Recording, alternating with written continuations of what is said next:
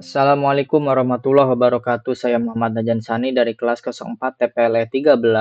Saya di sini akan sedikit menjelaskan terkait pekan 12 yang disuruh membuat WordPress dan database-nya yang dipisah ya, yang menggunakan layanan terpisah seperti itu, menggunakan layanan PaaS. Di sini saya menggunakan layanan dari DigitalOcean untuk database-nya, dan di sini saya sudah ada VPS-nya ya.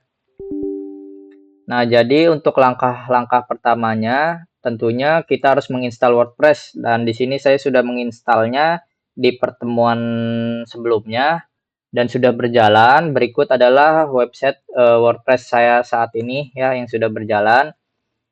Nah, untuk IP-nya sendiri ini saya bisa DNS checker ya, ini IP dari VPS saya kayak gitu ya.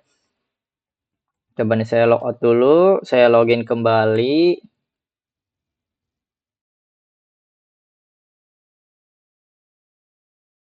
Nah, udah bisa ya, ini IP VPS milik saya pribadi seperti itu.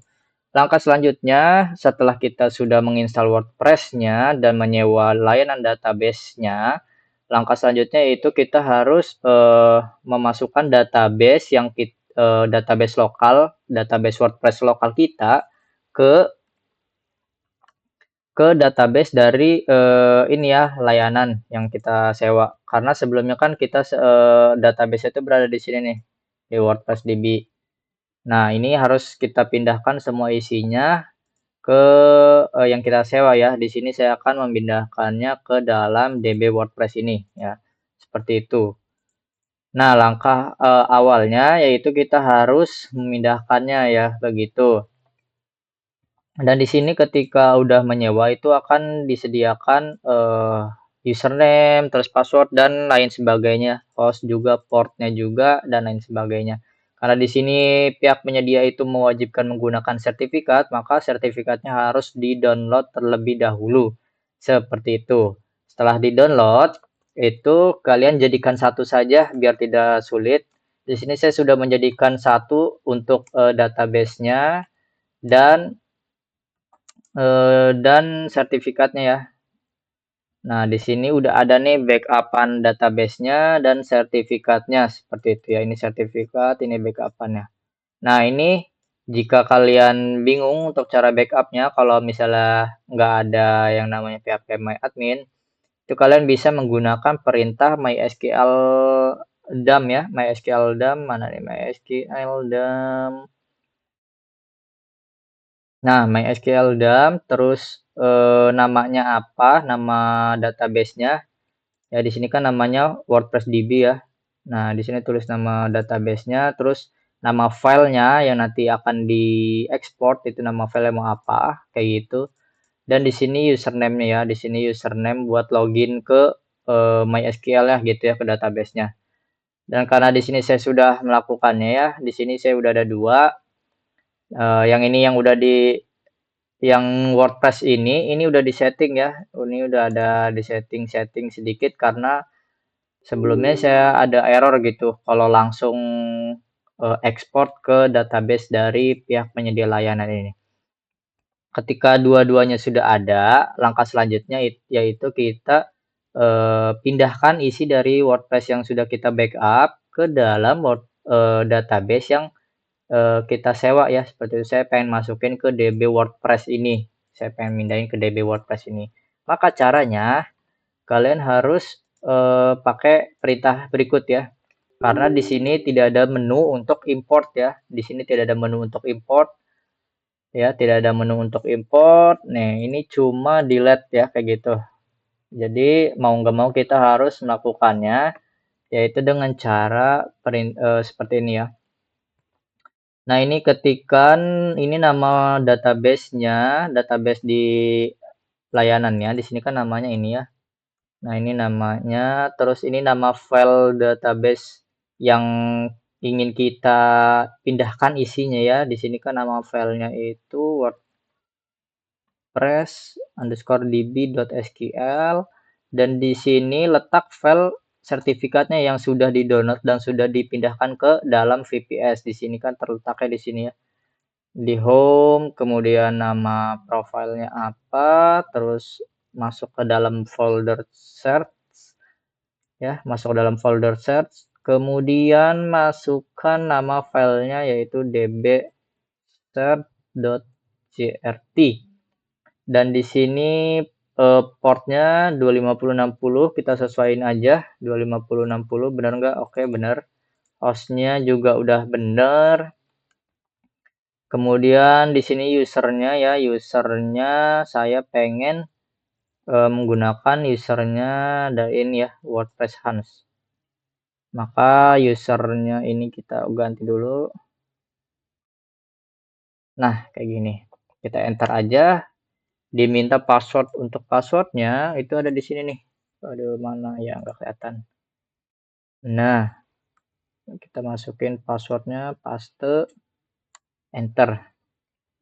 Kalau dia ada error, itu akan muncul keterangan error. Tapi kalau misalnya nggak ada error, itu akan nggak ada respon apa-apa, ntar tiba-tiba selesai aja ya. Kita tunggu aja ini. Tunggu dulu. Kita tunggu dulu. Nah, ini berhasil ya. Kalau dia ada error itu pasti akan muncul keterangan errornya ya. Entah itu nggak ada primary key atau apa, itu pasti ada muncul error kalau misalkan gagal seperti itu. Langkah selanjutnya yaitu ketika sudah memasukkan database, isi database yang dari lokal ke penyedia layanan, langkah selanjutnya yaitu kita setting yang namanya ini apa sih namanya, ini dia apa, wp-config ya pada file instalan WordPress-nya. Di sini saya masuk dulu www.html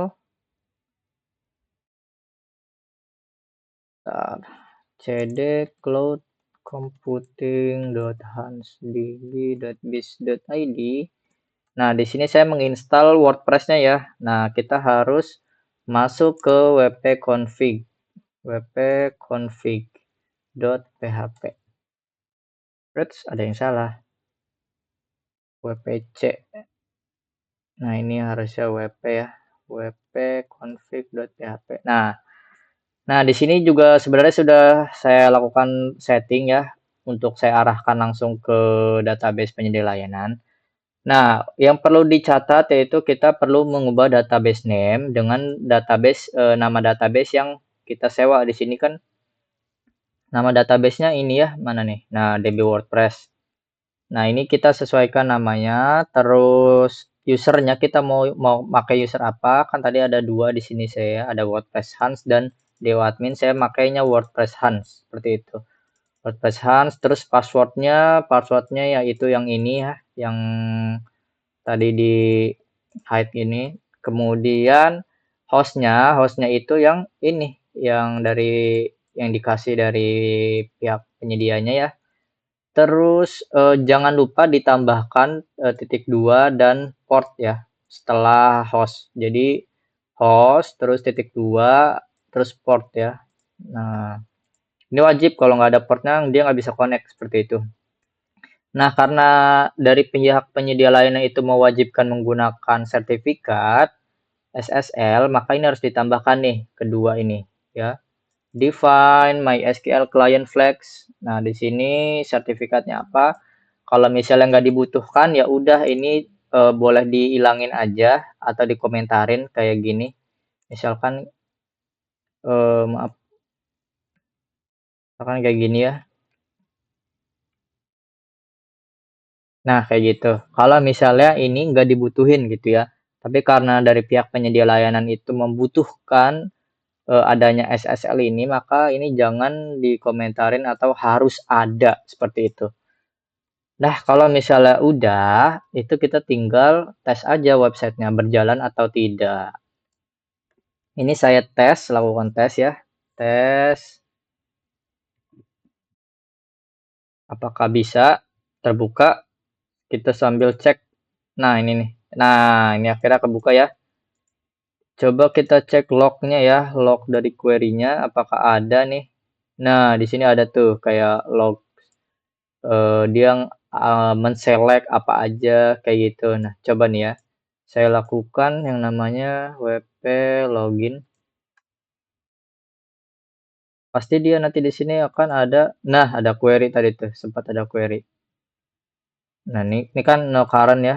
Coba saya tes masuk, pasti dia ada query nih.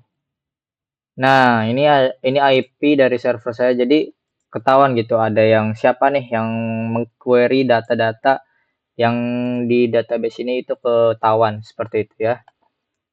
Baik, untuk evaluasi ya tampilkan ID web ini udah, tampilkan file wp config udah, tampilkan isi database pada WordPress udah, buka website udah ya. Baik Pak, itu saja. Sekian dari saya. Assalamualaikum warahmatullahi wabarakatuh.